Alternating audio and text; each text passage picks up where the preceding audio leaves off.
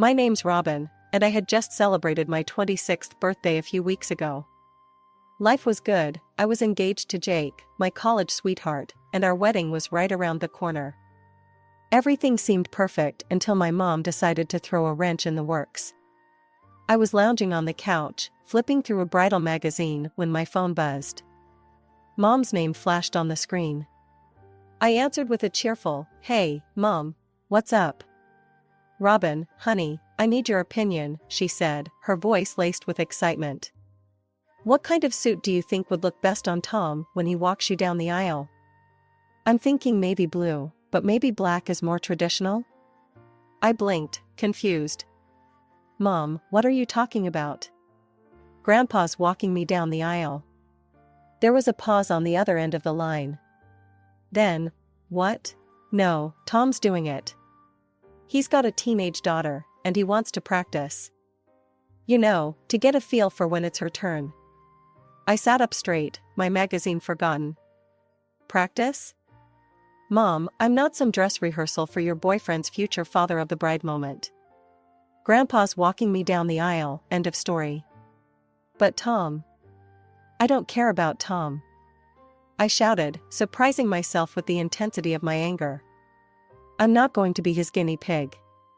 If he wants to practice so badly, tell him to find some other wedding to crash." "Robin Elizabeth Carter, you listen to me." I hung up. The phone immediately started ringing again, but I ignored it, tossing it aside as if it had burned me. As I sat there, my heart pounding, memories started flooding back. Dad's face, his warm smile, the way he used to swing me around in the backyard. He'd died when I was 10, leaving a gaping hole in our lives that Mom had desperately tried to fill. I remembered the parade of men that followed, all truckers from the transportation company where Mom worked. She'd bring them home, introducing each one as the one, her future husband, my future stepfather. But they never lasted long. Mom was intense, clingy. She'd scare them off, and then the next one would appear, another Mr. Right in a never-ending cycle. As I sat there, lost in memories, I couldn't help but remember how I'd sought refuge with my grandparents during those tumultuous years. They were my safe haven, a stark contrast to the chaos at home. I was about 13 when things really started to get out of hand. One day, I came home from school to find Mom in a screaming match with some woman I'd never seen before. "You home-wrecking bitch," the stranger shrieked, her face red with fury. "That's my husband." Mom, never one to back down, fired right back. "He told me he was single. Don't blame me for your marital problems." And there, lounging in our ratty armchair, was Mom's latest boyfriend. I think his name was Dave or Dan, I honestly couldn't keep track anymore. He was watching the two women fight with a smug grin on his face, like it was some kind of twisted entertainment. I stood frozen in the doorway, my backpack slipping off my shoulder. "Mom?" I called out weakly. Both women whirled to face me. The stranger's eyes widened, then narrowed. "Is this your daughter?" she spat at Mom. "Does she know what kind of woman her mother is?" "Leave her out of this," Mom yelled back. Dave Ordand finally stood up. Ladies, he drawled. "No need to fight. There's plenty of me to go around." The stranger let out a strangled scream and lunged at him. I took that as my cue to bolt, locking myself in my room until the shouting stopped. That night, I heard Mom crying through the thin walls of our apartment. Dave Ordand had left with his wife, and Mom was alone again. As I grew older, things didn't get better. By the time I was 15, I was doing everything I could to avoid being home. It wasn't just the revolving door of Mom's boyfriends anymore, it was the way they looked at me. I remember one guy, Rick, eyeing me up and down as I grabbed a snack from the kitchen. "Your girl's filling out nicely," he told Mom. Mom just laughed. "She takes after me," she said proudly, completely oblivious to how uncomfortable I was. I started spending more time at the library, at friends' houses, anywhere but home. But Mom didn't get it. She'd call me selfish for not wanting to hang out with her and her latest flame. "Robin, honey," she said one day, "come meet Jeff. He's great with kids." We could be such a happy family, the three of us. I looked at Jeff, saw the way his eyes roved over me, and felt sick. No thanks, I muttered, retreating to my room. That night, I called my grandpa. Can I come stay with you for a while? I asked, trying to keep the desperation out of my voice. Of course, sweet pea, he said without hesitation. You're always welcome here. It didn't take long for my grandparents to notice something was wrong. One evening, as we sat around their kitchen table, the words just tumbled out of me. I told them everything, the parade of men, the uncomfortable stares, Mom's obliviousness to it all. By the time I finished, Grandma had tears in her eyes, and Grandpa's face was set in a hard line I'd never seen before. That's enough, he said, his voice low and firm. We're putting a stop to this right now. The next day, we drove to Mom's place. Grandpa didn't waste any time. Carol, what you're doing is immoral and dangerous. You're bringing strange men into your home with a young girl present. Do you have any idea what could happen? Mom's face flushed red. How dare you, she shrieked. You've never wanted me to be happy. You're trying to ruin my life. Your life? Grandpa shot back. What about Robin's life? What about her safety? Robin's fine, Mom insisted. She's just being dramatic. So what, you're going to take her away from me, is that it? Grandpa nodded. Robin's coming to live with us. You can sort out your personal life without putting her at risk. Fine, Mom spat. Take her. It'll be easier to find a good man without a teenager cramping my style anyway. Her words hit me like a punch to the gut. I'd known, deep down, that Mom saw me as a burden sometimes, but hearing her say it out loud, it hurt more than I'd expected. Grandma squeezed my shoulder. Go pack your things, sweetie, she said softly. I nodded, heading to my room in a daze. As I threw clothes into a duffel bag, I could hear Mom and Grandpa still arguing in the living room. When I came back out, Mom was standing by the door, arms crossed. So this is it, huh, she said. You're choosing them over me? I looked at her, really looked at her, maybe for the first time. She seemed smaller somehow, more fragile. For a moment, I saw the scared, lonely woman behind the brash exterior. I'm choosing me, Mom, I said quietly. I hope someday you'll understand that. She didn't answer, just turned away as I walked out the door with my grandparents. As we drove away, I watched my childhood home disappear in the rearview mirror. I didn't know what the future held, but for the first time in years, I felt safe. Living with my grandparents was like stepping into a different world. Gone were the late-night arguments, the parade of strange men, and the constant tension. Instead, I found myself surrounded by love, stability, and support. I still went to the same school, saw the same friends. But everything felt different. Better. I could focus on my studies without worrying about what, or who, I'd find when I got home. Mom was Mom. She'd call occasionally, usually to talk about her latest boyfriend or to complain about work. She rarely asked about me, and when she did, she didn't seem to really listen to the answers. When graduation day rolled around, I was surprised to see her there. She sat with my grandparents, looking uncomfortable and out of place. You look nice, honey, she said after the ceremony, giving me a quick hug. Listen, I've got to run. I've got a date with this great guy I met at work. You understand, right? And just like that, she was gone. I watched her rush off, feeling a mixture of hurt and relief. My grandparents helped me move into my dorm room that fall, setting me up with everything I needed for college. I'd decided to study to become an investment manager, fascinated by the world of finance and planning. That's where I met Jake. We were in the same introduction to financial markets class, both of us bright-eyed freshmen with big dreams. We became friends first, study buddies who'd quiz each other late into the night at the campus coffee shop. It wasn't until our senior year that things shifted. We were working on a group project, hunched over spreadsheets in the library, when Jake suddenly looked up at me. Robin, he said, his voice serious. I think I'm in love with you." I blinked at him, surprised. And then I realized I felt the same way. Our relationship blossomed quickly after that. Jake was kind, smart, and stable, everything I'd never had in my life with Mom. When he proposed after graduation, I didn't hesitate to say yes. I saw Mom a few times during those years, usually when I'd stop by her place during breaks. Her new boyfriend, Tom, was always there, younger than her, with slicked back hair and a cocky grin. "Robin, this is Tom," Mom had said, beaming.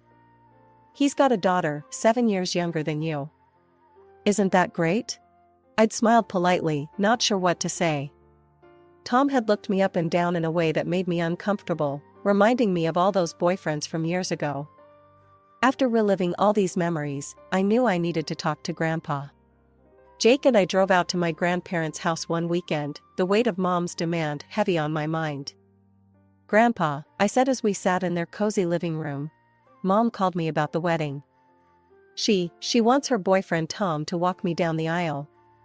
Says he wants to practice for when his own daughter gets married." Grandpa reached out and took my hand. "Robin, I'd be honored to walk you down the aisle. But if you wanted to choose Tom or anyone else, I'd understand. It's your day." I shook my head, feeling tears prick at my eyes. "There's no choice to make, Grandpa. It's always been you." Jake, sitting next to me, squeezed my other hand. "I support whatever Robin wants," he said. "She's told me about everything you've done for her, sir. I can't think of anyone better to give her away." Grandpa smiled, his eyes suspiciously moist. "Well then," he said, his voice gruff with emotion, "I guess we'd better start practicing our walk, hadn't we?" As we all laughed, I felt a wave of love and gratitude wash over me. This was my real family, the people who'd stood by me, supported me, loved me unconditionally. And in a few short weeks, I'd be adding Jake to that family officially. I thought I'd put an end to Mom's ridiculous demands, but apparently, I'd underestimated her determination. The calls kept coming, each one more insistent than the last. "Robin, you need to reconsider," Mom pleaded one evening. "Tom's really upset. If you don't let him walk you down the aisle, he might leave me." "Then maybe he's not the right guy for you," I snapped, my patience wearing thin. "Look, I'm busy planning my wedding. Can we please drop this?" There was a pause on the other end of the line. When Mom spoke again, her voice was cold. "Fine. If that's how you want to play it, I won't come to your wedding at all." Something inside me snapped. "You know what? Fine. Don't come." Mom was there, mascara streaking down her face, with Tom hovering behind her like a bodyguard. "Robin," Mom cried, throwing herself at me. "How could you be so cruel to your own mother?" I stood frozen, completely blindsided. "Mom, what are you doing here?" She turned to Mr. Johnson, who was watching the scene with wide eyes. "Mr. Johnson, you have to talk some sense into her. She's breaking her poor mother's heart." Mr. Johnson stammered, clearly out of his depth. Mom barreled on, gesturing wildly between herself and Tom. "She won't let her parents walk her down the aisle at her wedding. Can you believe it? After everything we've done for her. Please, make her listen to reason." Before anyone could say anything else, Mom grabbed Tom's arm and stormed out of the office, slamming the door behind her. The silence that followed was deafening. Mr. Johnson leaned back in his chair, his expression a mix of concern and curiosity. "Robin, I think you owe me an explanation. What exactly is going on?" Haltingly, I began to explain, about my childhood, about living with my grandparents, about Mom's revolving door of boyfriends. I told him about her insistence that Tom walk me down the aisle, and my refusal. To my surprise, Mr. Johnson's face softened as I spoke. When I finished, he let out a long sigh. "You know, Robin, your mother reminds me a lot of my ex-wife," he said, shaking his head. "I divorced her because of similar, dramatic tendencies. Always making everything about her, never considering how her actions affected others." Relief washed over me. "So, you understand?" He nodded. I do. And I want you to know that I'm on your side here. Your wedding day is about you, not your mother or her boyfriend. I felt like a weight had been lifted off my shoulders. Thank you, Mr. Johnson. I really appreciate that. However, he continued, his tone turning serious. We can't have scenes like this at the office. It's unprofessional and disruptive. I need you to handle this situation, Robin. Make sure it doesn't happen again. As I left Mr. Johnson's office, relief gave way to anger. How dare Mom show up at my workplace like that? She could have cost me my job. My first stop was the security desk. I explained the situation to Dave, the head of security, showing him a picture of Mom and Tom on my phone. These two are not to be allowed in the building under any circumstances, I said firmly. If they show up, please call the police immediately. Back at my desk, I opened my email, my fingers flying over the keyboard as I typed out a message to Mom.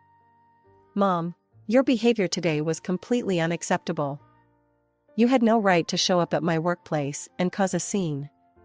You could have jeopardized my career with your selfish actions. I've tried to be patient with you, tried to explain my feelings, but you refused to listen. So let me be crystal clear, you are no longer invited to my wedding. Neither is Tom. I'm asking you, no, I'm telling you, to stay away from me. Don't call, don't email, don't show up at my work or my home. If you can't respect my boundaries, I'll have no choice but to take legal action. Robin. I hit send before I could second-guess myself, then sat back, feeling drained but oddly liberated. That evening, I told Jake what had happened. He wrapped me in a tight hug. I'm so sorry you had to go through that, he said. But I'm proud of you for standing up for yourself. We called my grandparents and Jake's parents, explaining the situation. To my relief, they all supported my decision.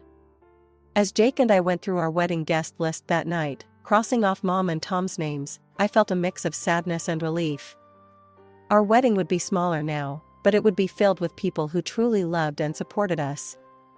Are you okay? Jake asked, squeezing my hand. I looked at him, at the love and concern in his eyes, and felt a wave of gratitude wash over me. Yeah, I said, squeezing back. I really am. And I meant it.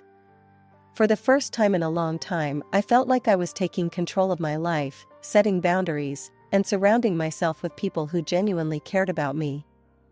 It wasn't how I'd imagined my wedding planning would go, but somehow, it felt right. The day I'd dreamed of for so long had finally arrived. I stood at the chapel doors, my heart fluttering with excitement. Grandpa, dapper in his tuxedo, squeezed my hand reassuringly. The music swelled, and we took our first step. But before we could even enter the chapel, a shrill voice cut through the air. Stop right there. Mom came barreling down the aisle, Tom hot on her heels. She jabbed a finger at Grandpa. You, move aside. Tom's walking Robin down the aisle. I couldn't believe it. After everything, she was still trying to make my wedding about her. Mom, what are you doing here? You weren't invited. Please leave. Now. Mom's face crumpled, and the waterworks started. I'd seen this act too many times to be fooled. How can you be so cruel? I raised you. I loved you after your father died. Grandpa, who had been silent until now, spoke up. Carol, that's enough.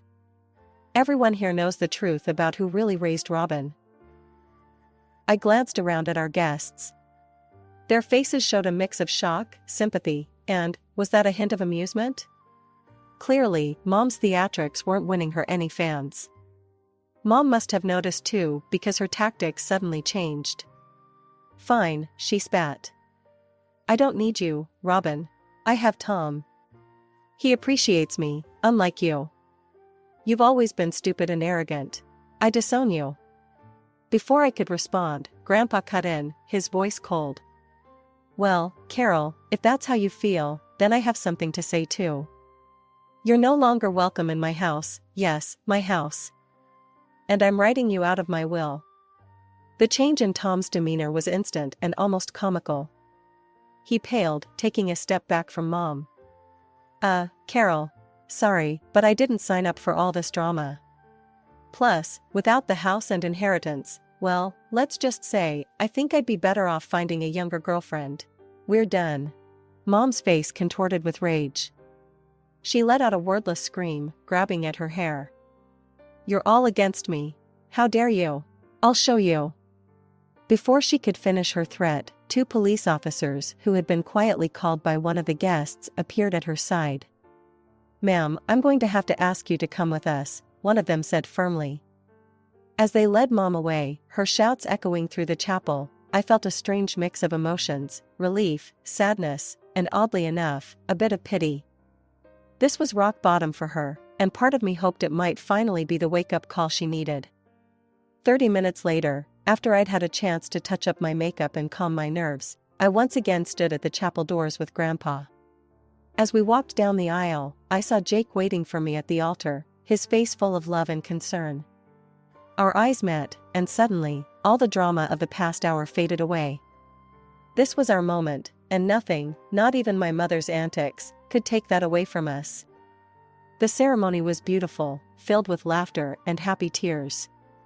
And as Jake and I shared our first kiss as husband and wife, I knew that whatever challenges life threw our way, we'd face them together, surrounded by the love and support of our true family. During the reception, guest after guest approached us, offering words of support and condemning my mother's behavior. You handled that like a champ, Robin, my college roommate said, hugging me tight. Your mom's got some nerve, Jake's uncle grumbled. But you showed her what real class looks like. And as Jake and I drove off to start our honeymoon, I felt a sense of peace settle over me. The drama with Mom was behind us now. We had a whole new life ahead of us, and I couldn't wait to see what adventures it would bring. It's been a year since the wedding, and life has settled into a new, peaceful rhythm. Jake and I live in a cozy apartment just a stone's throw from our offices. It's not huge, but it's ours, filled with love and laughter. Every morning, we walk to work together, hand in hand, talking about our plans for the future. The house where I grew up, the one Mom used to live in, now provides us with a steady stream of rental income. We've turned it into something positive, using the extra money to save for our future and occasionally splurge on weekend getaways. As for Mom, well, I hear things through the grapevine now and then. Apparently, she's renting a small apartment across town. And true to form, she's on the hunt for her next soulmate. Some things never change, I guess. I haven't spoken to her since the wedding. Sometimes I feel a twinge of guilt about that, but then I remember the years of chaos, the constant drama, the way she tried to hijack one of the most important days of my life. And I know I made the right choice. One sunny Saturday morning, as Jake and I are having breakfast on our tiny balcony, he asks, "Do you ever think about reaching out to your mom?" I take a sip of coffee, considering the question. Sometimes, I admit. But then I remember how peaceful our life is now, how drama-free. And I'm not ready to risk that. Jake nods, understanding. You know I'll support whatever you decide, right? I smile, reaching across the table to squeeze his hand. I know. And that means everything to me. Later that day, we're walking through the park when we pass a mother and daughter having a picnic. They're laughing, heads close together, sharing some private joke. For a moment, I feel a pang of what might have been. But then I think about Grandma and Grandpa, who call every Sunday without fail. I think about Jake's parents, who have embraced me as a daughter. I think about our friends, who rallied around us during the wedding fiasco and have been our rock ever since. I realize that family isn't always about blood. It's about the people who stand by you, who support you, who love you unconditionally. And by that measure, I'm rich beyond my wildest dreams.